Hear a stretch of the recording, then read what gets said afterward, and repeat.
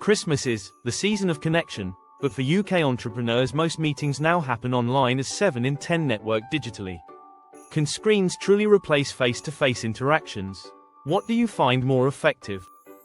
Some online interactions spark instantly, a thoughtful message, a shared insight, or a virtual coffee.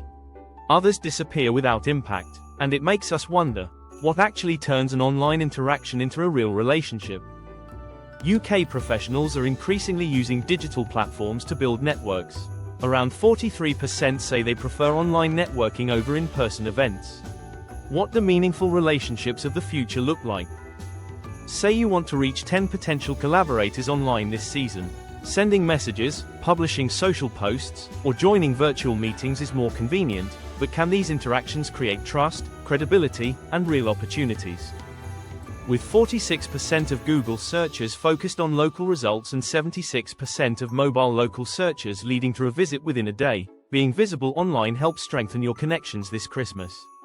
Using local citations makes your business easier to find, builds trust, and turns digital networking into real opportunities. Share your on and offline connection tips, experiences, and networking ideas with thousands of our followers and readers. Let's make this festive season about meaningful connections, not missed opportunities.